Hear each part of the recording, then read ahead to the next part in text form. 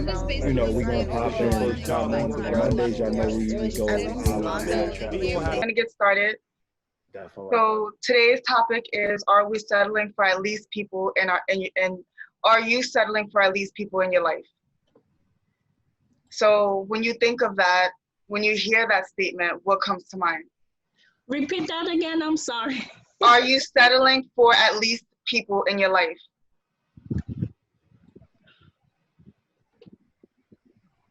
I think we do settle for people in our lives pertaining to the situation that we are in or they are in. Sometimes we choose friendship and relationships because we are lonely and we're trying to fit in. And those people does not really bring any value to your life, but you still hang on to them because sometimes it makes you feel good, it makes you feel important, and also it doesn't make you feel lonely. So I think we settle. Definitely. For That's my opinion, I think. And I think we all do it. I have even done it in the past. And then I realized, like, you know, every time I go up in status, I've never looked down on anybody. But those least people that's in my life, I have to leave them at a certain level because they cannot go to where I'm going, because I feel that they will bring me down, or I feel that they're just stagnant and I'm just not doing the things that I used to do. I love them, you know what I mean? I will check on them here once in a while, but just certain things that I wouldn't talk to them about, or certain times I wouldn't hang out with them, and then the relationship just fall to the wayside. And then they go about their business and I go about mine. So I think we settle sometimes. Even in personal relationship, we settle because sometimes we feel that maybe that person would change. So we settle for them. And then we're the ones that end up being heartbroken because they don't change. No matter the discussions that you have with them, either you're crying to them, you're arguing with them, you stop talking to them, they wouldn't change, and you just have to leave them behind. Definitely. I mean, when we actually put the topic together, we were really talking about how intelligent we are as human beings. We justify everything. So if somebody's saying at least to us, like, oh, at least you showed up, or at least you came, or at least, that's what we're saying. Like, people that the bar set so low that we make excuses, and you touched on it a little bit. We make excuses for keeping them around. Mm-hmm. And we really want to ask everybody, why don't we have people in our lives that consistently are showing up? Why we're making excuses for the people who aren't, or why we ask to make excuses for the people who aren't always showing up or showing up late. And it's a consistent thing, because when you truly say at least they showed up, 9 times out of 10, or at least they made it, or at least they came home. You know, you hear people say, oh, at least my partner came home. I mean, is that the least? Like, I mean, I thought it was an expectation of a partnership. You know what I mean? So when you hear people say that, you look at it and you're like, on one end, why are you doing that when you're in a relationship with somebody that you're supposed to be holding in high regards and high value? You're supposed to have people around you respect. Part two is, when a person's saying that about you, why are you comfortable with that statement? Because it shows that they don't have a high bar for you. And I don't know about everybody else, but I know anybody in my life, I truly believe that they're high value. So I hold them to that. I hold them to that standard. And a lot of people, you know, look at it as pressure, but I look at it as the fact that I have high respect for you. And I expect you to be in high regards. I expect you to be your best. And my job as the person in your life is to keep you at your best. So if you're slipping, I'm gonna hold you accountable. But if you're doing great things, I'm gonna talk about how great you are as well. You know what I mean? But at least would never come on my mouth. At least we got this, or at least we made it, or at least, like, the expectation is you're gonna show up because you said you will. The expectation is you're gonna be on time because you said you're gonna be on time. So yeah, people are so scared of having expectations because they fear disappointment. So they set the bar so low that you start to believe in life that that's just how life is. No, there's some people that are surrounded around people that actually show up every time. You know, that's Well, not. Go ahead. no, it's setting the bar low, but it's also not wanting to get rid of the relationship as well, right? So you take what you can because you don't want to ruffle any feathers, and you're looking at it like, well, at least they're doing 3 out of the 10 things that I need them to do, and that's okay because I don't want to end the relationship. I don't want to ruffle any feathers. I don't want the conflict, so at least they're doing that. And then and then what happens is the other people in your life, they compensate for the person that's not doing all that they're supposed to do. So you're letting that person off the hook, right? Because you don't want to sever the relationship, but yet you're putting more of a responsibility on the people that actually show up. Definitely. So when you say at least be mindful enough to know that you're saying at least because you don't want to, you're not ready to leave the relationship. So you rather take the scraps because you're not ready yet. Yeah, and I've showed up to places where people say, "Oh my God, why are you so late?" And I have said, "At least I showed up." But in reality, I really didn't want to go. I really don't want to come. So I'd be like, "At least you know that I'm here because I don't hold them to a certain standard. So it's whether I don't care to go or not. But just to avoid conflict, I go, but I go late. So I show no consideration for their feelings. So I've did that in the past. And no consideration for your agreement. Wait, but it's okay that you didn't want to go. You should have just been honest about not wanting to go. You know what I mean? So yeah, you're right. So you shouldn't feel bad about not wanting to be there. It's more you didn't really want to be there. You ended up going late, and then you weren't really honest about not wanting to be there. I guess because most people, except for teenagers, they don't walk into a party and say, and you ask why they're late, and they're like, because I don't want to be, because I didn't really want to come. You know, we're told like when we socialize as adults that's rude, but it's honest. We told honesty is rude. Yeah, so they will understand you more if they understood that you don't want to be there. Definitely, it's like what Jazz was saying. You know, it's definitely lack of worth, but it's less faith in humanity. Like we judge the people closest to us based on the standards of humanity. And the reason you chose those people is because they're high character, I would assume. Yeah. Because they're exceptional and they're different than the norm. So the expectations should be high, and those people should love those expectations because they know they're in your life because they're special. But yeah, you have to maintain being special. You can't just get in special and then fall back. That's why relationships fall short, because we forget to maintain the relationships. All of us are really just trying to get in the relationship. And then now that we have the person's heart, or now that we have the person's commitment, now we lay back. And people wonder why people walk away. We walk away because we lose our way when we're in the relationship. You're supposed to maintain it. So don't go out too hard, because then you give people false expectations. Yeah. You know, let them know what you're getting into. But at the same time, give them something you can maintain for a lifetime, because that's supposed to be the goal, a lifetime. You know? Right. Yeah, that is true, because it's like you start a relationship, like you said, and it starts off strong and then it starts dwindling. I have learned when you come into a relationship certain way, like you say, you have to maintain that relationship, and either you get bored if you don't maintain that level that you bought in when you first started. Either I get bored or the person get bored, and that's where the conflict lies. And then you start having arguments and things like that. And then you was like, well, forget this, it's not working anyway. But it's not the fact that it wasn't working, you wasn't putting the work into it like you did when you first started. That's a very important statement. Well, yeah, and every relationship that you are in, everyone deserves to get everything they want out of it, right? So you shouldn't sign up for a commitment with anyone, whether it's romantic or it's with just a friendship, and not get everything that you want. So people go in, you know, to relationships thinking that, well, at least, you know, they do this, at least they show up when times are rough, right? Well, what about the time, everything that's in between, right? It's easier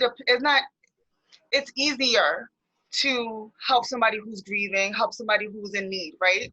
But what about if you guys are not connecting on any other level, then what type of friendship or relationship do you truly have? So you know, people and people also use those opportunities to connect on grief, right? So it's like I post that, God forbid, somebody in my family passed away that was close to me, right? And then all these people are gonna come out to comfort me, which is great, right? Like you want, it's nice to have that comfort. But if we don't really have a relationship, then all it is kind words, and you would just keep it moving. But a lot of times is those kind words turn into, what are you doing for brunch, and what are you doing this time, and then a phone call, and then we're hanging out, and then before you know it, we're back in this relationship that we never really had to begin with. So it's really important for everyone to be mindful of when they are connecting, why they are connecting, right? Like it shouldn't just be, oh, not even, let's flip it. I said the bad times, but not even just for the good times. Whenever I'm on a high or on a natural high, whenever I'm on a high, I'm feeling good about myself, I want to party, do whatever, I have these sets of friends. But when the going gets tough and things need, you know, and I need a little bit, something a little bit more solid, they're not the people for me. You know what I mean? So it's about having well-rounded friends or a well-rounded partner, so that you're not always seeking to get the little bits of pieces that one person's not giving you, because that's what we do. We collect all these people to get that one person instead of holding out for that one person. Yeah, that's true. We have utility friends instead of friends. We have a utility man instead of the man you actually want or the woman you actually want. And I mean, we all know that we live through life, and life is about trial and error and experimenting and figuring things out. The biggest pitfall of that is we never stop experimenting. We never get to a place where we're like, okay, this is it. Like, when are we investing now? This is the person we truly want to be with. This is the people we truly want in our lives. And we start just truly building those relationships. And then if other people come in our life that fit that criteria, like, you know, open the door, let them in, and explain to them what's going to happen within the relationships. You know what I'm saying? So it's very important to understand that when somebody is downplaying your worth, like at least I'm doing this, it's like they're doing you a favor by having that friendship or that relationship with you. You know what I mean? As opposed to believing like, I'm putting them because I want the relationship to be healthy. I'm putting them because I want the relationship to have value. I'm putting them because I want to benefit from this relationship. Like, actually, this relationship benefits me, so I want to do my part. And once we start, go ahead. No, I was gonna say, just be honest about what you truly feel. Like Amali said about going to the party late and I really want to be there. Just give whoever's at the party choice, because maybe they want to invite people that actually want to be there, not just show up. Right? Like we get all these people, and not just you. I've been there as well, and I'm sure some of the viewers have been there, where you want to show up for various reasons. You justify why you should be there, but if you truly don't want to be there, then you should examine that and be honest about that, and just say, like, you know, maybe you should, instead of me being that person in your life that don't really want to go to these events and don't really want to be around, you know, you and your friends or whatever the case may be, maybe you can fill that spot with somebody that actually wants to be there, who would love to come on time, who would love to be there. You know what I mean? Like, it's also giving the people around you choice by being honest about how you truly feel. Because I know when somebody tells me at least I showed up, I'm offended. It's like, well, you could have stayed home. You know what I mean? Because I do believe I deserve better than that. Or when you have, you know, parents that are that they're not full-time parents, but they take their kids like every other weekend. It's like, at least they get their kids. It's like, but they're parents. Definitely. It's not at least. They should be taking their kids. Why is one parent got full-time and the other one is getting the least calls? Yeah. That's like, for an example, like I told my daughter, she's going to college tomorrow. I got to move. Oh, good. Congratulations. Thank you. Like, she would go to, like, friends would invite her to parties and stuff like that. And she was like, Mommy, I have this party to go to. Can I go? And I'll be like, well, didn't you know about this party? She'd be like, no, they just told me. I say, you cannot go because you're not a last minute fill-in.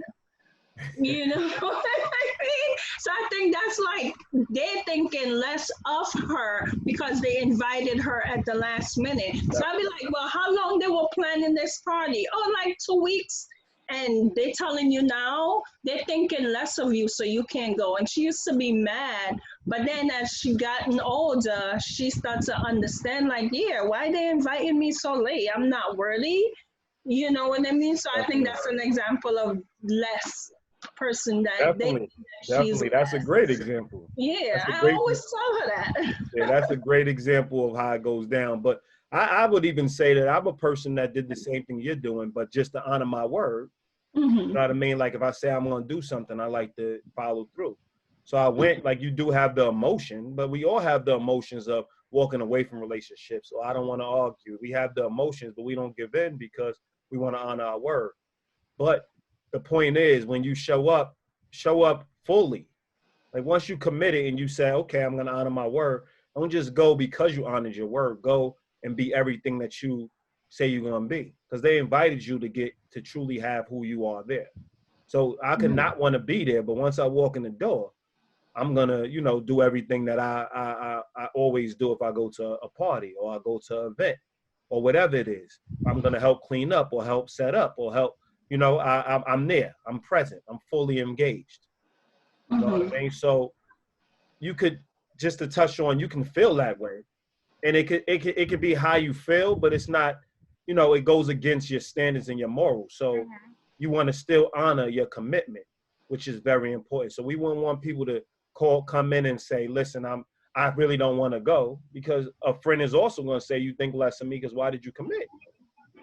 So your feelings and your emotions, that's one thing. But when it comes to your commitments, you honor your commitments and you go and you present. Because if you truly under the weather or things of that nature, people understand. But people don't just understand you just going with your feeling. Because how many times you've been somewhere, you went and you actually had a great time, and thought you didn't really want to be there because you fully invested. But every time you went there and kept that same attitude, and I really don't want to be here, you bring down the party, you bring down the event, you discourage whoever's around you, and you give a false representation of yourself. You know what I mean? So when you have your life and when you're dealing with friends, why not hold them at the highest standard?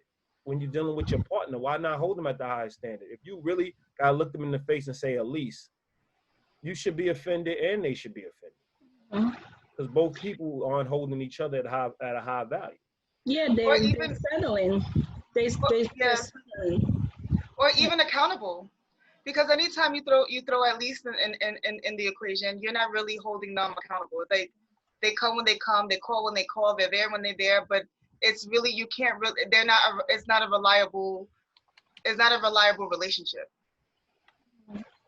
Yeah, and I also want to say, aside from the reliability, you know what I mean, if a person has an at least attitude, they're basically saying, I don't value you to do more than the status quo. Definitely. You know what I'm saying? I only value you enough to do the bare minimum. You know what I'm saying? It's funny that y'all came up with this topic for tonight, because I just had a conversation with someone today, matter of fact, yesterday, about a past situation. You know what I mean? Where that basic attitude was presented, where it was like, you know, at least I was honest. You know what I mean? Like, I should have just lied. And it's like, like, honesty, that's very important. That's a foundational principle. But, you know what I'm saying? Honesty doesn't supersede you having selfish, you know, making selfish decisions or being narcissistic, or, you know what I'm saying, making a decision that clearly lets it be known that I'm not valued. You know what I mean? So, you know, my approach for situations like that, especially, you know what I mean? Because I guess, you know, early on when I started communicating with the individual, I did let it be known how important honesty is. You know what I mean? You know, how I'm an honest person, honesty in return, so on and so forth. But I guess sometimes you find that other things that are important, trial and error. You didn't even realize that was important because you thought that was just, my bad. I'm traveling a little bit, so yeah, I'm probably gonna break up. let me spin around and go a different direction. But yeah, a lot of times, you know, sometimes you find out through trial and error what's actually important. You know what I mean? That you didn't even take into consideration, because you're like, I would think that, you know, common sense to me would be this should be automatically expected without having to be articulated. You know what I'm saying? Like, if we signed up to journey together, we're taking each other into consideration when we make decisions, you know, and we're not doing selfish stuff that you know could negatively affect the other person, you know. So I don't think those situations always require you to sever a relationship, but 9 times out of 10 it does require you to demote that person and them to not hold the same level of value in your life that they once did. Definitely. I mean, that's a choice, but you know, going back on your point, like honesty's not a privilege, it's a principle. Yeah. You should practice it. You should practice it with or without me. That's the whole point. You should definitely practice that. Like you shouldn't get a pat on the back of being honest. If that's not your principle, then of course you're going to be swayed to not be honest. And if you now with me just because I value honesty, you're going to be honest, that's a problem in itself. Yeah. Because why would I want to be around somebody who's just honest to me? Like if you're not honest to everybody around you, then I'm judging you based on how you treat everybody. Yeah, that's a fact. fact. You disrespect somebody that you supposedly love. Like I know that I'm next up soon as you don't respect me. So I'm gonna hold you accountable all around. But I agree with you saying, like it should be a value. Yeah. It should be a value that you have on a regular basis. And go ahead. But like he said, it's something that you think is common sense to you is not so common to other people. So that's why the conversation, like you have to have the conversation and the direct conversation. You just can't assume that someone's going in believing that being honest is the principle. Although everyone knows that the more transparent and honest you are, the healthier the relationship is, whether you guys end up connecting or not connecting, right? But and you would think that other people would, and everyone knows this, but not everyone wants to live by that, and not everyone has that as a principle. So that's why it's important to have those conversations and just not assume that it makes sense that honesty would be something that someone would believe in, but that's not always the case. Yeah, and I kind of glossed. My bad. I didn't mean to cut you off. I know you've been trying to say something. Go ahead, Amali. No, it's and also when it comes to honesty, and you meet people and you're honest with them, they be like, "Why are you so honest? Why are you so blunt?" I'm like, "Do you want me to lie to you? Yeah, right. You share your feelings? No, this is an honesty type of conversation, communication, you know, connection. And if you can't handle my honesty, then sometimes I feel there's no point in having a relationship with you, whether it's a romantic or a friendly relationship, because I'm not gonna lie to you." Definitely. Your principles should always provide choice.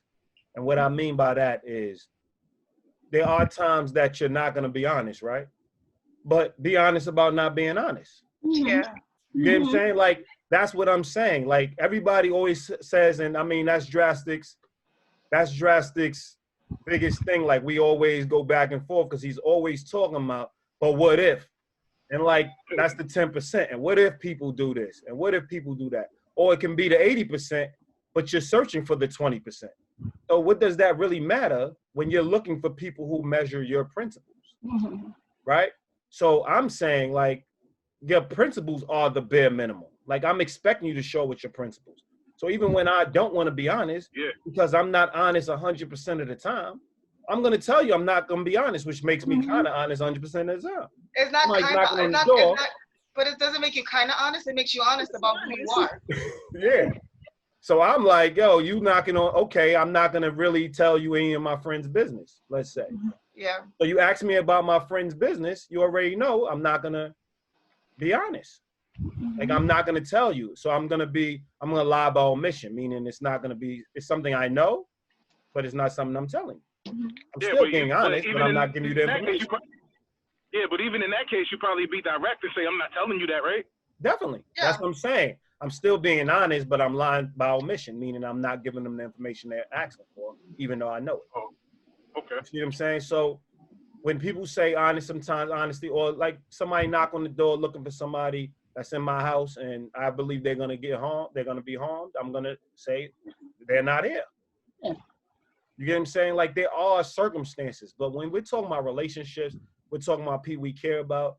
Yeah, once you now not being honest, not to lose a person, you're taking away choice. That's when it becomes a moral issue. That's when it becomes lack of principles. That's where you're bringing down your relationship and you turn it into a lease relationship. Yo, at least I came, at least I'm talking. You know, you have them quiet people and they're like, at least I'm talking. Or all the people that talk. Go ahead. Yeah, I was gonna say in the situation I was referring to, I mean, the person generally was honest with me as far as I know anyway, you know what I mean? As far as I'm concerned, nobody ever lies to me unless I catch you in a lie, you know what I mean? Because I believe you're innocent unless you give me a reason to believe otherwise. So, but in this situation, you know what I mean, it wasn't about honesty versus dishonesty.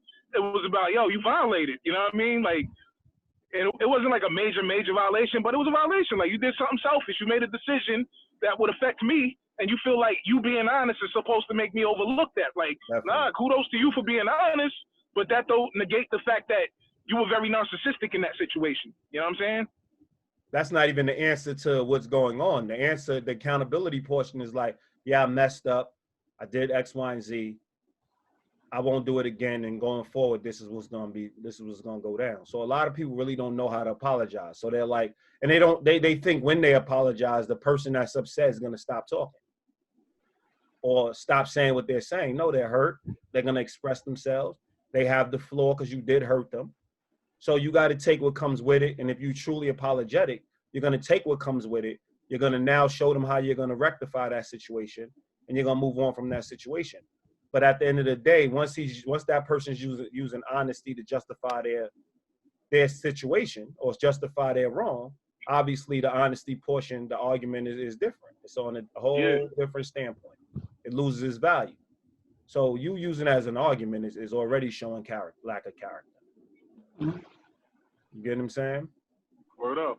Because everybody, I mean, we talked about this on one of our podcasts, but we really was giving people step by step on how to apologize. People think just saying sorry is the apology. No. You got to say, I'm sorry. You got to explain why you got to explain why you did what you did, why it's not going to happen again, and what you're going to do going forward. Yeah. Yeah. So somebody can truly hold you accountable. Like, it doesn't just work that way. Like, oh, I said sorry. Just don't keep going because I said sorry. You're not controlling the person that you harmed, that you hurt, that you betrayed. They're gonna get out. They have to fall. That's just manipulation if you apologize without changed behavior. Definitely. Or you go in as if, like I always tell people, I watch out for people that say they're humble people. Like humility is a tool. Red flag. Yeah, it's a red flag for me. Humility is a tool. You got to be confident. You got to be confident in everything you bring to the table. But when you do something wrong, that's the time to be humble. Mm-hmm. Yeah. You're capable of humility. And that's one of the attributes you have. Because I'm definitely going to be humble. And there's a lot of times I've been screamed on in the middle of the street by, women that I've dealt with or a friend. And everybody's looking at me like, yo, you just letting them scream? I'm like, I did something wrong. They're agitated. This is what comes with it. I knew not to cross them in that way. So this is what comes with it. This is the punishment, and now I got to rectify that and move on. Like, that's the time to be humble. It's not the time to be humility that you're talking about, you know what I'm saying? Like, you know what I'm saying? Like, there's going to come a time that you're going to be on that court, you know what I'm saying, with Aziz Jr., you know what I mean, playing some one-on-one, and you're gonna know some fancy moves, but the humbleness about you is like, you know what, I'm not getting on you crossing you, breaking your legs, you know what I'm saying, shaking you out your shoes and doing everything I know because I want to build your confidence and I want you to grow, you know what I mean? So sometimes humbleness is, you know what I'm saying, let me hold back on doing let me not style on you unnecessarily. Did I lose you guys? Yeah, a little. You was lost and towards the tail end. Okay, sorry. Yeah, I was just basically saying sometimes being humble is, you know what I'm saying, it is the result of your confidence. It's like I'm confident in knowing what I can do, and because of that confidence, I'm gonna hold back. You know what I'm saying? So that I don't deflate your balloon, you know what I mean? But in that scenario, wouldn't it be, since his father's son, he's nurturing little Aziz? So say he's holding back because he wants Aziz to, and is he really, and so just say for the sake of what you just said, he's holding back because he wants Aziz to be able to know that he has a shot at beating daddy, per se, right? But is he really teaching him? Or is it that if Aziz is breaking his legs and doing all this stuff and crossing him and hitting jump shots or whatever, wouldn't that teach little Aziz that that's the standard, right? That he can actually, if he works really hard, he can actually get there. Like, why would the dad, who probably don't have a lot of years in him to be crossing, breaking knees and stuff, like, why would he can afford to dumb down? Like, he has one shot, right? And so he's doing the best he can, and he's doing all this stuff. So he's showing him that this is where you could be. Right, and he's teaching Aziz that if his son can't beat him, just know that if you practice hard and you work at it, you can get there. That it's not about humility in that. It's really about setting the standard and letting him know that you can actually get there by example. Definitely, that's the type of parent I am. So that's right. In your example, drastic, that wouldn't be me. Like, I'm beating my kid as much as I can beat him. And let him know, like, I got to instill that in him before he gets on the court. I got to instill that confidence in him before he gets on the court. So he's working hard to get every shot off possible. And then when he leaves and he's discouraged, he doesn't stay in that place. He comes back to the basketball court and works out a lot more. So one day he can beat daddy. So that's the point. I'm not dumbing down for nobody. For nobody. That's, for example, back to my daughter. She'd be like, Mom, you so hard on us. Why? I was like, because I want you to be a better version of me. And I have to go hard on you. I have to teach you these things because I want you to be better than me. I want you to have more than what I have. I want you to exceed more than what I have exceeded. So I'm not gonna lessen my rules and regulations just to make you happy. So you have to follow the rules, do what you have to do. So when you're on your own, you can be better and do better and teach your kids even better than what I've been taught. You know, so it's a constant growth. It's a constant growth.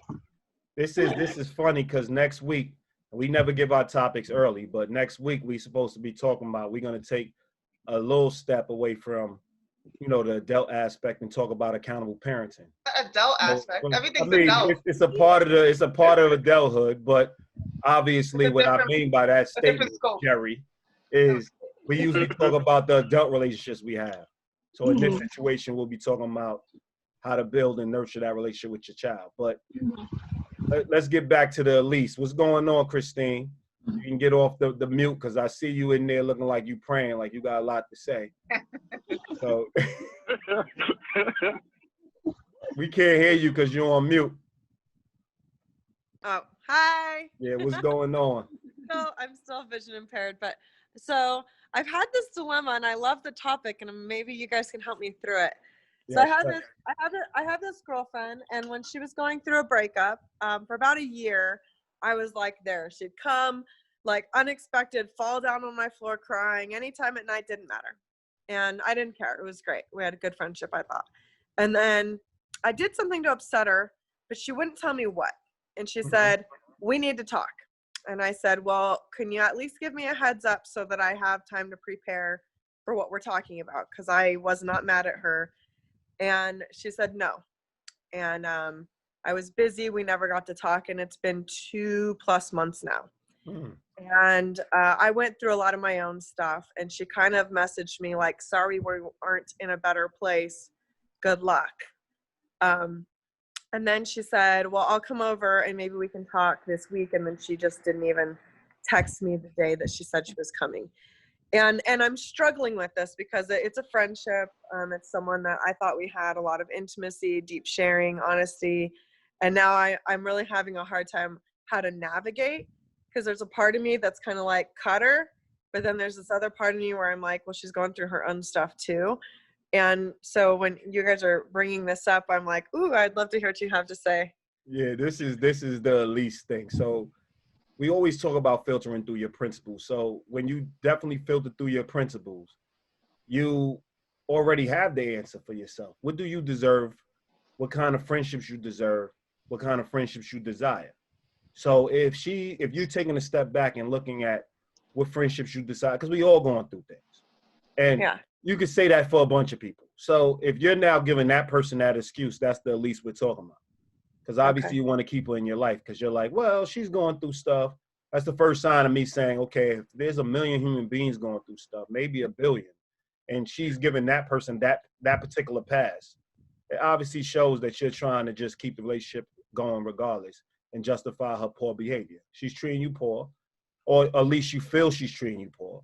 So the discussion needs to be had. On the first end, I think you needing the heads up because you're going through stuff.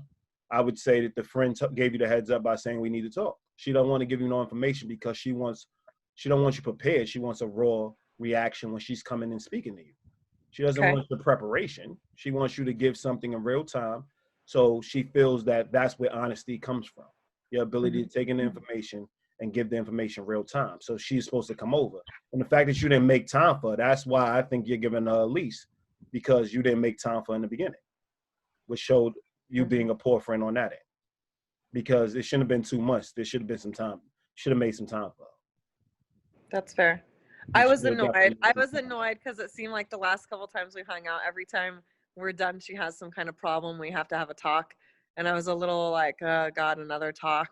So I did try to create a little space, and apparently she can hold a grudge. Yeah, but that's what you as a poor friend. She knows her worth. So that's what happened. It's not a grudge, it's knowing her worth. And she's seeing maybe you need to text her and show that she means something to you. You know what I mean? Maybe you need to put forth the effort. She's expecting you to put forth the effort, because at the same time, that's the friend you chose. A friend that takes in information and she's like, well, we need to talk. I don't like something you did. And if you think she's extra sensitive, then I think that's a raw discussion you need to have with her. And you need to really evaluate your friendship. It's not just the talk. It's like, let's evaluate our friendship. Because I don't think me being raw, saying what I'm saying is wrong. You think you're extra sensitive. That's how I see you. Ultimately, like when you first came on, you were saying, I'm a person that's abrasive. I'm a person that can overwhelm people. I'm a person that is very assertive. And obviously that personality trait only gets about 10% of the world. Like there's not a lot of people that can sustain that, because I'm one of them same people. So I know I was going to have a small crowd. Like if I was honest with myself, I know I'm going to help people in large quantities, but I'm going to have a small friend group because I expect your best every day. So it's going to be overwhelming. It's going to definitely be overwhelming, I do know. Yep. So that's, I think the fact that I think anybody that sits back and like has the discussion by themselves, like, oh, I don't like the fact that this person did X, Y, and Z. I think that's where the problem is. That's where the problem lies. Like, you should be having that discussion with the person. We can't make decisions by ourselves when we choosing to be in relationships with other people. Not about the relationship. Yeah. That should never be done by ourselves. Yeah. But, I guess that's a big example of a lease. No, actually, that was really helpful, because that's exactly what it brought up for me. And I was like, well, because I actually have been evaluated if I want the friendship anymore, because I really don't want high drama relationships where every time we hang out, we have to have a processing discussion after. That doesn't feel like, that feels like a lot to me. Mm-hmm. But I get what you're saying. Yeah. So, definitely. Yeah. Thank you. But what is the issue, that she's not addressing things in real time? Like as they're happening, like she needs time to process it, and that's the issue? Like I asked her if we could have a phone call, because I really was busy and she lives an hour and a half away. So it was like, we need to have a talk. And I was like, well, can we do it on the phone? Because I'm not going to have time to see you. And then I was leaving for a week or something. And she's like, no, it needs to be in person. And I'm like, well, can I at least kind of know what it's about? Because I have no idea. I felt very blindsided. And she said, no. And then I did try to get a hold of her once or twice, and we couldn't coordinate. And then just a couple days ago, she was like, well, why don't I come over and we'll have and then she just completely ghosted. She didn't she was going to come to my house, and we had plans, loose plans, but she didn't come. So it just kind of feels like after 2.5 months and no conversation and a phone call isn't adequate when we can't get together. That does feel like manipulation to me. It doesn't feel like, I just don't like how it lands on me, I guess. Yeah, I mean, go ahead. That does seem like an attempt for domination. Like, you know what I'm saying? Like, yeah, like each relationship has its own rhythm and its own cadence. You know what I'm saying? That it's just, I guess I'm saying in different words what Aziz was saying. Like, a lot of things y'all gotta agree on. You know what I'm saying? It's not just one person holding the shots. So, you know, if a face-to-face conversation doesn't work, you got to come up with a different solution. If a phone conversation doesn't work, come up with a different solution. Maybe it's a Zoom conversation. Maybe it's Duo. Maybe it's you know what I'm saying, WhatsApp. There's a lot of different options, you know. But yeah, that does seem like manipulation and attempts for unnecessary control. I think it's on both parts though. Yeah. Like I said, on the first end, it was on you, and then on the second end, she can't say, "Oh, I'm coming over," and I come over. Yeah. So on that end is on her. But obviously, we can't really grasp the concept because we would have to understand the overall relationship. Right. You know what I'm saying? So like, we could just advise you in real time with the information we have, but there's no way we can give you a full understanding of what's going on because we don't really know the background of the relationship. But the overall point, Drastic, and I agree with Drastic was saying, a friendship, just like a relationship, I mean like a romantic relationship, when you really want it, you put forth effort, you cry, you go through it. So if you're not, once I realize a person is not willing to go, oh, you always got something to say, that's already a red flag for me. I already be like, okay, I outstay my welcome. I overstay my welcome. It's time to go. Because like really, when we want something, we put in the work. Yeah. We put in the work. Like we fight all the time. Like there's no way, there's no two human beings that's on point all day. Like we can sit in the house. There's no way we're gonna be on point all day. I don't care how much practice we had at it. Yeah. So you have to be, conflict is a part of it. So it's who you truly want to have them conflicts with, and basically it has to be somebody you feel is reasonable. So there's something in your tone that says you feel she's unreasonable. Yeah. There's something in the way that she's delivering her message that's saying you're unreasonable. So both of y'all don't value who each other is to some extent. So that's the true discussion. Do we truly value each other anymore? Right. I feel like that's actually really fair. And I feel like what you said just before I spoke with the, we have to evaluate the relationship now. This isn't even about solving a problem anymore because too much time has passed. And I feel hurt by her lack of presence during what I've been going through and the fact that she couldn't put it aside or make time, but she just literally was like, too bad we weren't in a better place or I'd be there for you. And I'm kind of like, you know, I want to say cuss words at her about that. So I think you're really right. We have to actually take the temperature of the relationship, have an adult conversation about what's really going on, and possibly just let each other go. Definitely, because this is our topic. These are the type of discussions we want to bring out with this topic. Like, look around you, take inventory, and see who's giving you the bare minimum. Yeah. And put that time somewhere else, man. Cut your ties and put that time somewhere else. Look at your parents. Like, I have siblings. You know what I mean? My mother's always, well, you got to understand I don't. Like, I look at her like I don't. Like, there's no way I show up every time fully invested, fully engaged, trying to have discussions, trying to truly know you, and you can give me the bare minimum and everybody's justifying it. So I even know in those relationships, and we're not even like, you know, we're brothers. So it's one of those things where we have our own lives. So can you picture a friend that I'm in a life with, and we actually decided and made plans together, and then now you're trying to coach them to maintain a relationship? Like, cut your ties. Because I can't talk you into being in a relationship. You have to want it.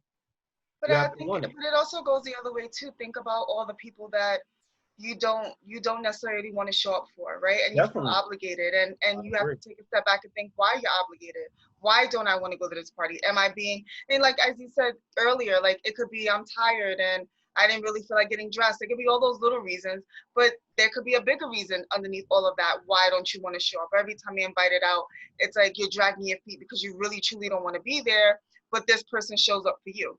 You know what I mean? So it's also being honest with yourself, being honest about who you are and the friend that you want to be, and give them choice as well, because they don't deserve an at least person either. And if they're not fighting for it, at least you have enough integrity to say, you know what, I'm not being a good friend to you. Half the time that you, like, our interests are different. So when you invite me to parties, when you invite me to places, I don't want to go. So unless we change how we're going to interact with each other socially, then there's going to be, then we have to reevaluate what we have in common. Definitely. And we need to do that on both parties. It's not just about what we deserve. It's about who we are and how we're showing up for other people too. We just had a discussion with somebody regarding like children, and like people always hide behind bigger issues to come at To their not show friends, up, not to show up with their friends in the relationships that they actually signed on for. And it does show character. Like, okay, you can save the world, but what are you really doing with the people you truly say you love? You get what I'm saying? So you got to find a way to balance that. If it forfeits the people you love, what's the point in saving society? You know what I mean? You got to find a way to balance both things. Like, we're honest with people. If you're dating a doctor, you might not see them as often. So you got to have some great hobbies, right? Yeah. You're dating an activist, you got to have some great hobbies. You're dating somebody who has a lot of time and you don't have a lot of time. You're not in a great space. Yeah. You're unequally yoked. Like, we have to be realistic about the people we're entering relationships with. So if you see a person is career driven and they're ambitious career wise, they're gonna always slight you for a career. Absolutely. If you're saying to yourself, that's not the relationship I want, don't sign on. I don't care how nice and cool they are. Like, it's easy to say, okay, we could be acquaintances. We can hang out every so often, but you want to be around people who actually are there and present and building life with you. You know what I mean? So don't never get in any relationship, and don't never feel like, yo, listen, I was here before your kids. You might want to say that. Like, I was here before your kids. I'm not trying to take you from your kids, but your kids can't be an excuse for every time you're not hanging out with me anymore. You know what I mean? You have to have real discussions with people, because there are people that are feeling guilty for actually wanting to be around people. And I think that's the problem with our society now. A lot of people condone it. And it's something that is told to everybody. Oh, you're entitled to how you feel. You are, but then somebody else is feeling at the same time you feel it. Yeah. So how do we now combat that when we're all feeling? We have to find some solution. That's what makes us humans. Not just feeling, but finding solution through that feeling to actually coexist and connect. Yeah, I totally agree with that. And it really, I know this is about friendships and romantic relationships, and we kind of stay away from family members, but it really starts in the home and what we're taught, right? If I have an absent dad and my mom is always saying, at least he's showing up, or at least he takes you to then then that's gonna be ingrained in me. So when I have children and I'm and my kid's father, I'm gonna think, well, at least he comes home every day. At least, he goes to work and he doesn't have to be present. I set the bar very low. And it happens at home. We're taught through our parents and the people around us what should be accepted and what should not be accepted. But I would say this, we all have different temperaments, right? So I naturally am gonna advocate. I was naturally an advocator. So I naturally used to fight for things at home that my parents didn't necessarily teach me. But that's not always the case, right? So we need to always be mindful of who we are as role models, right? And what we and how we deal with things and what we say out our mouths, because our kids are always watching, they're always listening, they're seeing what we're doing. And if we are basically setting the bar low for the people that should be around supporting, then they're gonna think that's okay for their friends. Like Amali said, you were invited at the last minute. You wouldn't have thought maybe you shouldn't be going. You know what I mean? Like, that starts at home. Like, you as a parent had to tell her that.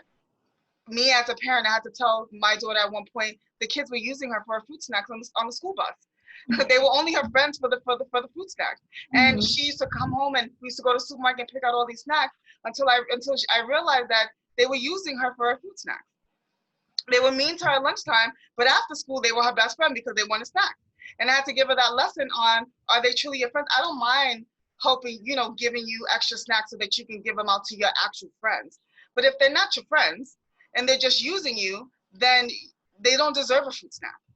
And you should save them for people that actually treat you the way that you should be treated, right? I'm glad you brought that around, because the demographic that we're dealing with is they're the people. We're the parents. We can't be talking about our parents no more. If you're absolutely, we're the parents. Like it gets tiresome. Like at this time, you should have learned enough outside of the home. You should have learned enough by seeing other people interact. And at this time, you're the ones that have to set the bar for your kids. Yeah. But let's not get too far into that, because we got accountable parenting next. I know, but I just wanted to touch on that because we lead by example, and my whole point was that the at least should transfer over with every relationship. Definitely. And it shouldn't just be with your friendships. It's the work situation. It's all around. Like, it should be consistent. And in order for somebody to truly take you serious, they have to see that it's consistent throughout. Because if you're in a relationship with one person, but you're letting somebody else get away with the at least, they're looking at you like, oh, word. Like, so they can get away with the bare minimum, but I got that. You set the bar extra high for me. So everything should mirror each other. Everything should be consistent. And the least people are typically, if there's 10 in a group, the least people are 8. Yeah. So the people that hold everybody at high standards are considered the strict people, the sticklers, the closed-minded people, when really they just have high value, they have high standards, and they're unwilling to waver. They're not gonna allow you to bring them below what they feel their standards are. And they're trying to bring the whole group up. But since there's strength in numbers, we got to really look in the mirror and say, okay, do we get rid of the 8 and roll with the 2? You know what I'm saying? So, Molly, what do you think? Drastic, what up? Jump in. I guess, you know what I'm saying? I'm just gathering everything as y'all talk. I agree with mostly everything everybody's saying, with the exception of, you know what I'm saying, putting the axe to the relationships prematurely. Because I don't think every relationship needs an axe, you know what I'm saying? Like, even if people ain't stepping up to the plate, some of those relationships just require for those people to be demoted. You know what I'm saying? They don't hold the same place. They don't hold the same level of personal relationship with you anymore. But that, you know, sometimes it do require you to sever that tie, but sometimes severing the ties completely is not necessary, in my opinion. Yeah, but where did they go? Where did you hear it's something that somebody did in a moment? We're talking about over time. The person showing up, at least all the time. So yeah, okay, Jurassic, you want to demote them because there's a point where we look in the mirror and we're like, we listening to somebody else tell us something, and we're coming back at them with something that we never tried. So we're living with a bunch of at least people around us, let's say. So we're like, you know, sometimes you keep people around, but not knowing keeping those people around is what's destroying us. And what's hurting our relationships. And now we're going to advise the people that are actually trying to get people to go to a high standard on, oh, well, sometimes you have to sever. We're not talking about severing. We're talking about being honest about whether the person's going to step up or not. So in the scenario, let's go back to the scenario I just said. The 8 people, the 2 people have been trying this whole time to get them to step up. When do they look in the mirror and say, it's time for us to just walk away and start a friendship with us 2 and start trying to find like minds? Because the numbers outweigh us. Yeah, because go ahead. Now, just a quick question. You still checking on those people that you care about, though, right? You from time to time, even if it's not every day. I mean, that's a choice you make. That's a choice you want to make.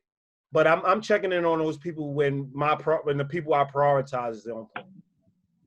Like, my focus is the people that I'm not stealing an ounce from the people I prioritize. So if you make the list, you make the list. So what I'm saying is that's a choice you choose to make. I strongly don't believe like you go from romantic partner and just it's done. You can go to friendship. You heard me mention that before.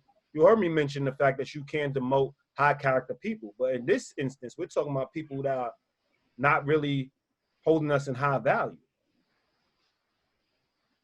Yeah. We're talking about people that don't respect us. So why are you still holding on to, oh, well, check in? They're not checking in on you.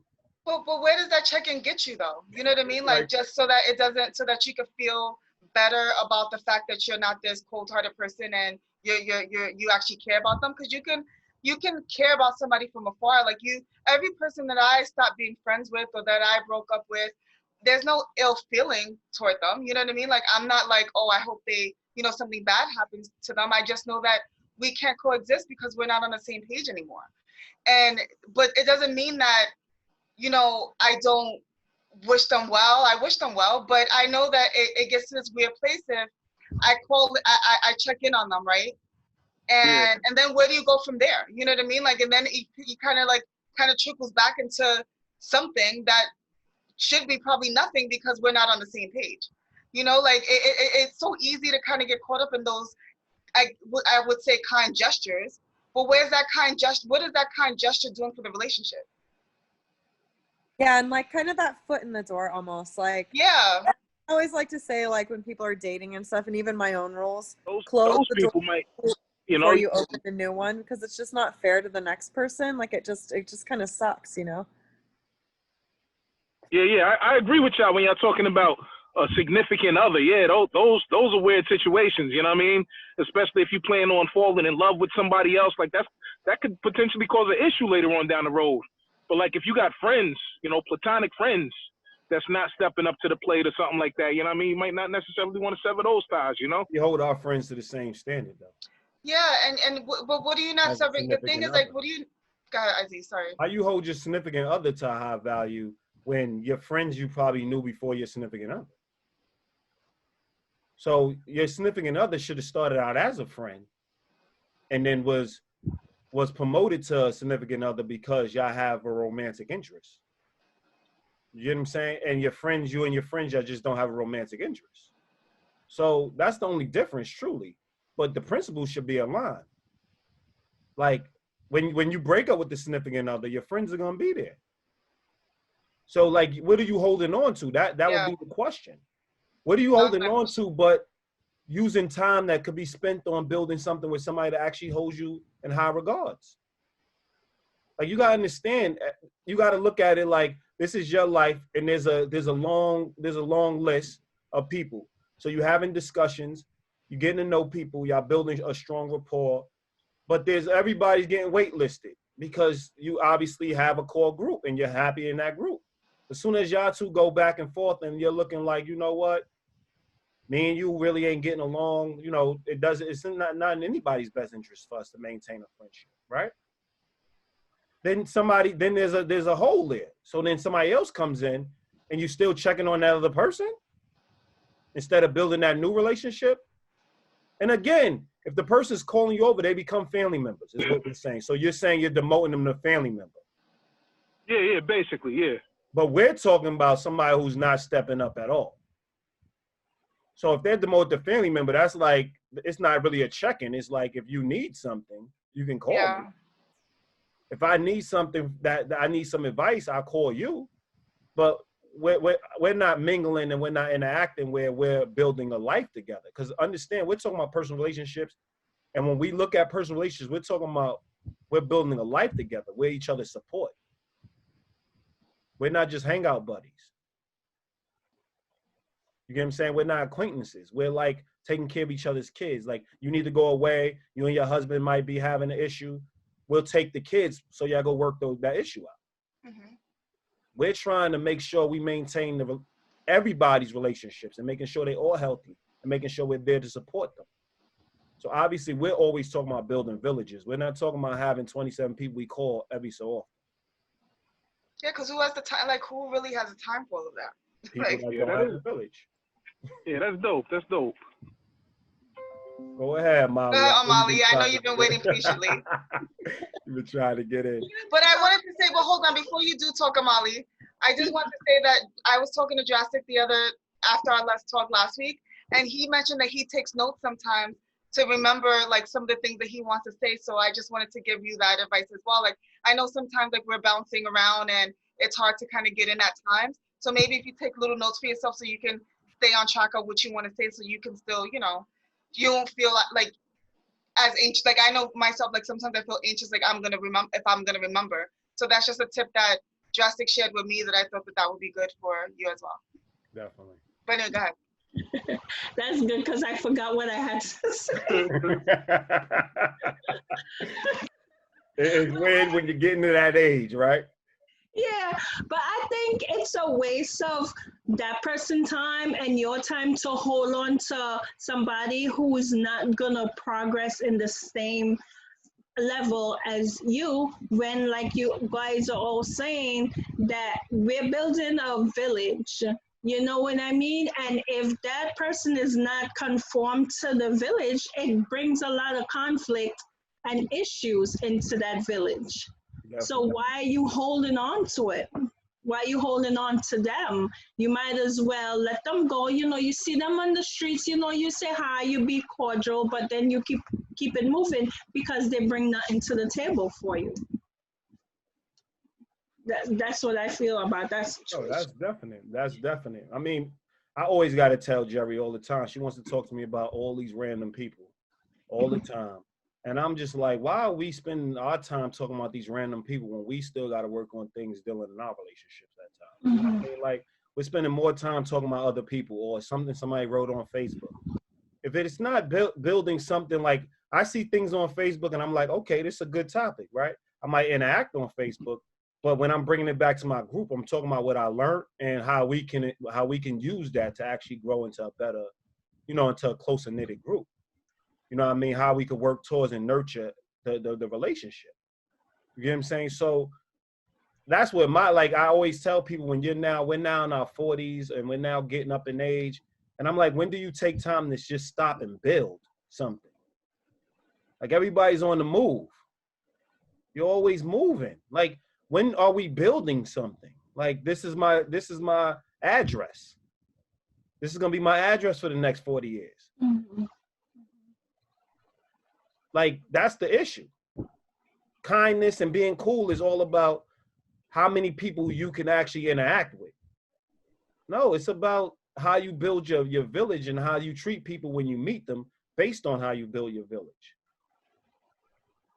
You get what I'm saying? Like, I'm not saying when it comes to strangers, don't be nice and kind to them, but don't miss. They're two different. One is ethics and other is morals. Morals are yours. They're within your group. The ethics are with or without you there. Yeah, I guess like with me it's a little different because I don't have a village or a group that I interact with on a daily basis. You know what I'm saying? So, like, the perspective that you speaking from, like, makes perfect sense. You know what I'm saying? For somebody in your shoes, like me, I'm not there right now. So being single, you know what I mean? Like, my goal is not just to interact and be cool with people. Like, my goal is to impact people. You know what I'm saying? I want to change the world, you know what I'm saying, for the better. And, you know what I'm saying? And impart some things that will change people's lives for the better. You know what I'm saying? Like, people, like, from strangers to people that I'm in personal relationships with. You know what I'm saying? And that's why I think that this season that I'm in of being single, that's where the benefit lies. You know what I'm saying? I got that energy to give out to the world. Well, let's just flip that a little, right? Because we want to impact the world. Like, this is what we do to impact the world. We talking about building villages. Close your eyes and picture a world full of people who actually believe in holding people accountable and building strong villages. Why would they need you to constantly impact them when they have people around them that's constantly impacting them? And we're impacting each other because we share things. We have things in common. Part two is when you go out in the world and you're trying to truly impact, 10 people are listening out of 100. 100 people are combative. 100 people are contrarians. They're going at you. So when you now feel beat up from the world, who gives you that strength when you come home? The Holy Spirit. Your village. Your village. And the Holy Spirit lives within a village. Because at that point, you don't have the words. You don't know what to ask. So you go to people that actually build you up. So what we would say is the best way to impact the world is go build your village and then start impacting the world so you have true support. Because when you have numbers, nothing can stop you. Because you already know you have all them people that hold you down. So you're not looking to appease people.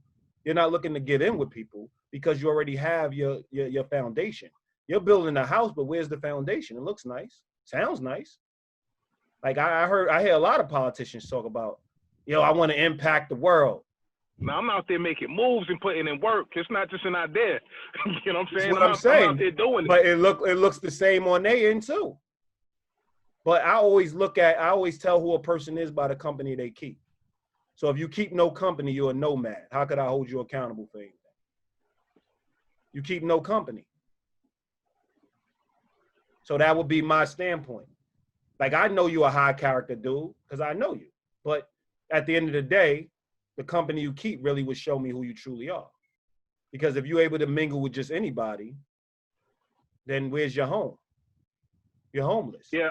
I'm not necessarily able to mingle with anybody. I'm able to impart into anybody.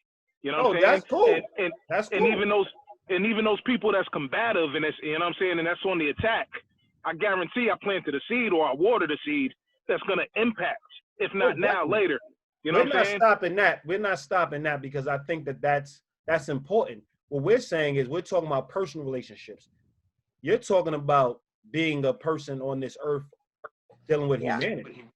Well, I think that's mission and purpose. Huh? Yeah. I think that's mission and purpose. Definitely. Like I think that's something that all of us here in this group, I feel the same way. Every day I wake up, I'm like, I'm going to change the world, if it's one person at a time or whoever, whatever. It's, I will make an impact, but I agree with that personal relationship thing being that really is the mirror. It really is how we see ourselves. And you saying she screwed up in the beginning and then I screwed up to match was perfect. That was perfect because that's human. That's like, hey, we're out here changing the world. Also, we're fumbling around, making mistakes and bumping into people in crummy ways, and they're doing the same to us. And how are we going to navigate and manage that in a way that sustains that love, but also, like you said, those principles. I really like that, the principles. So I just think, go ahead, Jerry.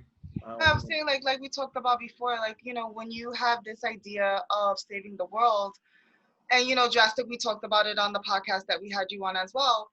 It's taking away from the people that you're building with. And I know right now you said you don't have a village, right? But if you narrow your focus and you narrow down the people that you're interacting with, but still interacting, then maybe you can start to slowly but surely build it. But when you are giving to everyone, then it takes away from everyone else around you. And I think that, those are things that make you feel good. But what about the people that expected you to show up for them as well? No, he's saying he's intentionally not having people around him so he can actually be a nomad and walk through the world like Jesus and just impart wisdom and keep it moving. But as I said to him before, the Holy Ghost, Jesus had disciples, people who walked with him. He has no disciples, so he's not even following Jesus' lead. That's the goal. That's the goal too. That's the goal. I plan on making disciples. Make sure, the most, whether your faith, and obviously his faith is Christianity because he said the Holy Ghost. But at the end of the day, if the number one symbol in your faith walked with people, how do you think you're going to do it different? So at the end of the day, you're just being lazy and you don't want to be vulnerable to actually walk with these people because you have to build it. If you build it, they will come. No, I did use a key word. I said season, you know what I'm saying? So there's seasons for certain things. There's times and place for everything. Right now I'm in a season of being single, you know what I mean? It won't always be like this, but right now this is what it is. You know what I'm saying? And along the way I do, you know what I'm saying? That would be great to have disciples, you know what I'm saying? And have people that I walk with. I got 10 lions, you know what I'm saying? More, maybe not 100 sheep, but I got 10 lions and we could take on the world. Those are the goals for down the road, you know what I mean? Right now, that should be the focus, though. Think about it, Drastic. I could say my season is staying idle. That's not a season. That's complacency. You're a very intelligent man, so it's cute when it's being said, but it's not a season. It's complacency because your focus, you never lose sight of your focus. If I lose a partner and I want to be in relationships, I'm losing that partner, but my goal is to be with a partner. So as soon as I lose that partner, the next day I'm trying to get to a place where I'm better suited for another partner. That's my focus. So I'm not saying, to me, that's like, go ahead. I mean, yeah, I'm just saying, like, to me, like, a lot of people might feel like having a partner is the end all, or is like one of the most important things for them in life. Like, to me, that would be a good thing to have, but it's not necessary. I could take it or leave it. Great, it'd be awesome. It'd be wonderful if I have a great partner to share life with. But if it don't happen, I'm still content. You know what I'm saying? Even if it don't happen, because the priority of my focus while I'm here on earth, being that my faith is Christianity, is the reality that I believe in eternity, that there's an eternity that has to be faced. And the fact that this world will be destroyed one day, and I'm getting up out of here, and I want to bring as many people with me as I can. Yeah, I get that. But what I'm saying is, if it's going to be wonderful for you to have a partner, or it's wonderful for you to have friends, the mentality never stops. I'm not saying you're going to acquire it. We're saying the mentality never stops. Because you'll never acquire it when you're like, yo, it's cool. If I'm single, I'm cool. That's stifled. You're being stifled. But if you're like, I'm going to have people around me, you're going to start acquiring people around you. Your mission still, it's not going to stop your mission, because your mission is going to bring the right people around you. It's the magnet. So when you have a mission, your mission is the magnet for other people. So that's what brings everybody closer. That's what allows people to see what you stand for. But doing it alone is the difference between going insane and actually giving something a great message. When you have people, like, I would go insane if I didn't have people to bounce my ideas off of. It's the difference between madness and actually stepping up. You're greater in numbers. You're greater with several perspectives around. You're greater when somebody can tell you, nah, don't say that because you're painting yourself in a hole. I've been told, like, just stop talking. And it saved my life. It saved my message. Without those people, I'd have lost my message. I might have lost my life. So when you lose focus of the fact that people are the message, building personal relationships, we wasn't just blessed with that, the ability to do that. That was given to us because that something greater than us taught us, or was aware that we need numbers to actually achieve certain things, the gifts we have.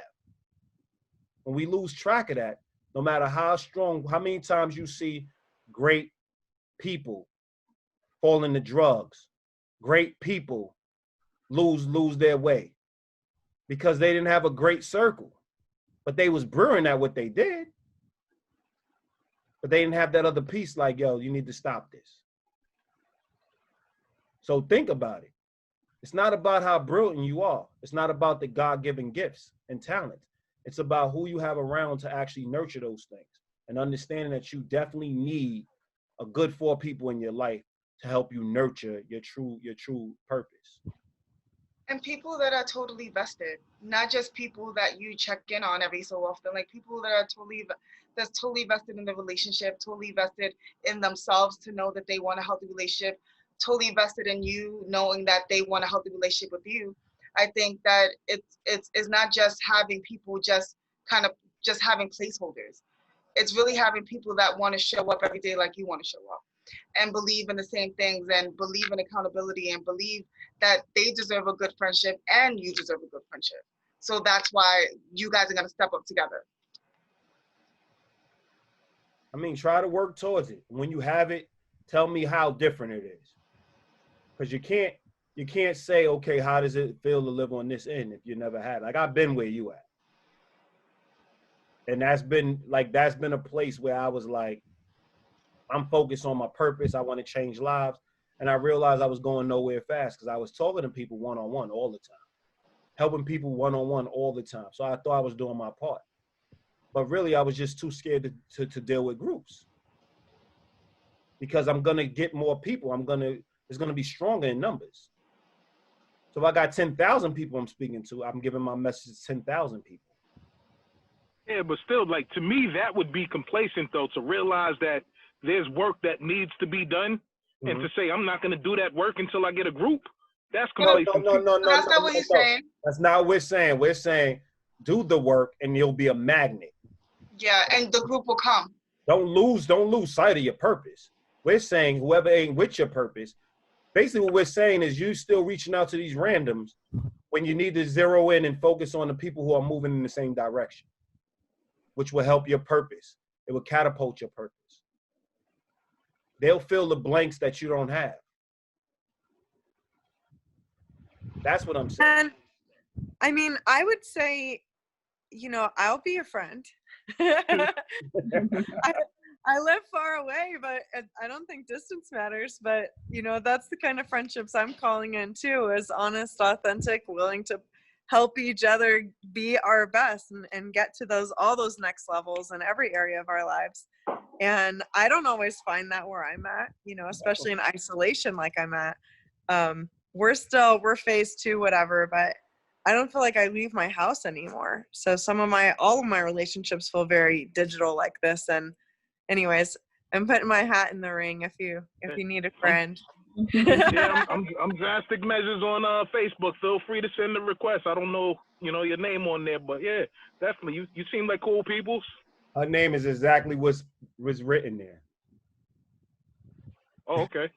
So, I mean, look at us. We're building friendships as we speak. I know. This is what we're here for. We want people to actually start building friendships off of the idea of being the best they can be. And stop building friendship off of vices or, like Jerry said, grief and hard times and struggle, when you can connect with people that actually see outside of the struggle, and they're going to lift themselves up far beyond that. And they're going to make sure they throw a rope down and try to support other people. See, there's a difference between I created the rope, threw the rope out. Me and 5 other people got together and we came up with a plan. And there's like 7,000 people behind us. We're going to leave the rope there, but we're walking. Because we gave y'all the way out. Y'all got to choose to climb. And that's what people fall short. Because they spend more time trying to be politician and say, I'm a good human being. But you was a good human being when you invented the rope and the way out.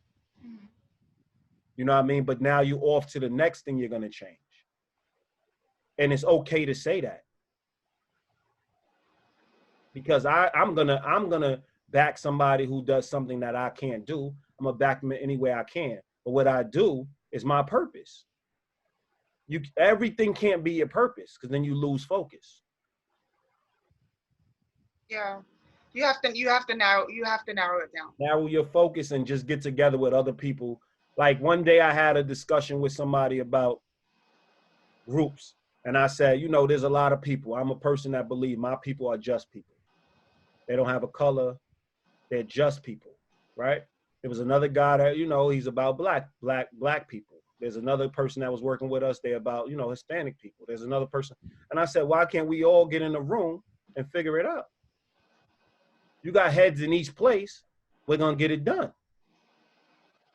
When you say just people, are you using that as a synonym for only or a synonym for righteous? Right. No, righteous. Just or fair. Fair. People who are fair-minded. Fair. Okay. Yeah. I sometimes I say it wrong, but I'm glad you got it. Fair. Fair. But that's what I'm saying. Like, those are my people. No matter what place I walked in, I always can point them out, and we always can sit and chop it up. We don't think about nothing else but the fact that we want to see a better society, right? And relationships. And that's my vehicle. I believe a greater society is if everybody's in healthy relationships. There's no way we could have a bad society. No way. No way the world will be bad. We in great relationships because everybody's looking out for each other. Yeah. Everybody's nurtured. So that's our mission. Create equal and healthy relationships. But what we're doing is starting with personal relationships and building it out. You know, when you have personal relationships, you're inspired by your relationships. You're inspired by your foundation. You start to rub off on other people. You start to be a role model for what other people truly want. And now they see it done. And when they see it, they know it can be accomplished.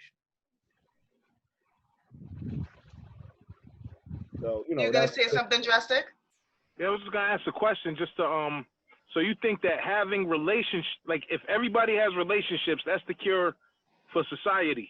If everybody is in equal and healthy relationships, definitely. Definitely. Everybody's taking care. I'm still trying to process and understand that. That's the main reason why I asked, just so I can hear it again. Because I'm still trying to understand that. You know what I'm saying? That concept. Everybody's taken care of because they all in equal and healthy relationships. The reason we gotta lift up constantly lift up people because we're not in equal and healthy relationships. So somebody's always suffering. And like Jasmine said, to be clear, not romantic, but in general. Yeah, but you got to have quality people for one. You know what I'm saying? Some people get into relationships with selfish ambitions. They out for self. They're trying to do people dirty. And obviously that's not everybody, but you know what I'm saying? There is a portion of people that exist that operate like that. And that's why you don't have equal and healthy relationships amongst everybody. But that's you know the what I'm saying? key. Like, That's the point. That's the point we're making. Yeah, if you're coming across those people, then it's not equal or healthy. Keep it moving. Yeah, and if there's more people like that, there's more people like you. There's more people like me. There's more people like Amali. There's more people like Jerry. There's more people like Christine. Think about it. Like we're right now, you walk into places and you feel the need to say that because it's a bunch of people that's saying the same thing. Everybody I talk to says the same thing. People hurt you. People hurt you. People hurt you. I'm like, but there's all people that don't hurt you, right? So why you keep talking to me about people who hurt you? I'm not even talking. I don't even consider them. I'm dealing with the people who don't hurt me. That's the whole point. So if you got strong values and strong morals and you're not like, you know what, do you still reach out to them? Well, you're going to be around people that hurt you. Because the reason they out your life is because they hurt you. Versus me, I'm focused on the people who's not out to get me, who's not out to hurt me. And I'm nurturing those relationships. And I'm convincing and talking to everybody about nurturing them same relationships. Because too many times, those are the people, like we're big on leadership. That's our greatest assets, leaders. And we believe leaders don't need anything. That's our problem. We're always telling the leaders, you need to loosen up. Leaders know what they're doing. They believe everybody can be leaders. That's what the issue is. And everybody's trying to convince them they can't. But everybody can be leaders. Just like everybody can be parents, which is a leadership role. Everyone is a leader in some type of way. This is what I'm saying. But that's where we at now. Everybody don't believe, oh, we can't be leaders. So that's the leader. And everybody can be leaders. So that's how leaders think. But not everyone wants the responsibility of it. Nobody wants the responsibility. Mm-hmm. So you're talking about the people that don't want to take responsibility for other people and they're living singular. So I'm going to climb you. I'm going to climb her. I'm just going to climb to the top and look down on everybody. But if you sever those ties right as soon as they're on your back, you're not carrying them. Yeah. So that's a mentality. And it's 10:29. Yeah, it's 10:29. Oh, okay. So I would like to say, whoever didn't share, please share, because again, although this was a very intimate setting and the people on Facebook were very quiet today, but I did see you guys. We do want to share this conversation because I think it's really important to get this around and circulating, because to get people to think about the at least people in their lives. Are you the at least person? Do you have the at least person or at least people in your relationships? And think about it and force yourself to make a decision. But thank you guys for all participating. I love that we create this platform. I try not to use love as loosely, but I really like that we create this platform where we can have these healthy discussions, and Christine and Drastic can hook up and be friends. And you know what I mean? And we all believe that we are connected in some way because we all share, similar beliefs, and we all are unafraid to have the conversation. And you guys show up to be panelists and share your thoughts and your views. And I think that that's really amazing for other people to see it, for us to connect. Even when we don't agree, we're still coming to some type of agreement. And it's really nice. And it's always been nice, but especially today with you guys having that exchange, it just made me feel really warm and fuzzy inside. So I do appreciate you guys. And If you guys have not already checked out, you can check out our website at lovesgroupjourney.com. If you know of anybody in need who want to sort things out and just kind of, you know, sometimes people have a hard time just figuring things out, they could check out our services. We have one-on-one services, friendship services, accountable parenting, which you guys will get a little sneak peek of what we do with accountable parenting next week. So I hope to see you guys there, because even if you're not a parent, your uncle, aunt, or cousin, whatever, you have kids around, I think it will be very beneficial. And we have the friendship sessions and the couple sessions and the group sessions. So we have a lot of tools that can help people navigate through their relationships in a healthy way. So check it out on loversgroupjourney.com. And thank you guys for joining us on Labor Day. Definitely. The last days of summer, you know, things are about to rev up again. Kids are starting to go to school. You know, some people are going back to the office. Free time. Yeah, so things are about to get crazy again. But we are here. We're going to be here each and every Monday. So we hope to see everyone again next week. And if you're, you know, if anybody wants to be a guest on our podcast. Oh, yeah, I forgot that part. And email us at the LoveSnobs at lovesagroupjourney.com.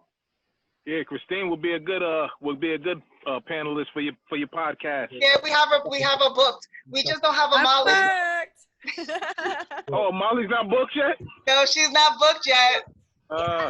I'm calling you out. Christine, you gotta email me. I will. I'll email you. I have your email. I'll email you. Okay, thank you. Let's schedule something. Okay. Oh yeah, one last thing before we go. I just want to say there's different versions of love, so it's okay for you to love what the platform is doing. Okay. Thank you, Drastic. All right, have a good one. All right, bye guys. All right, good night, everybody. Good night.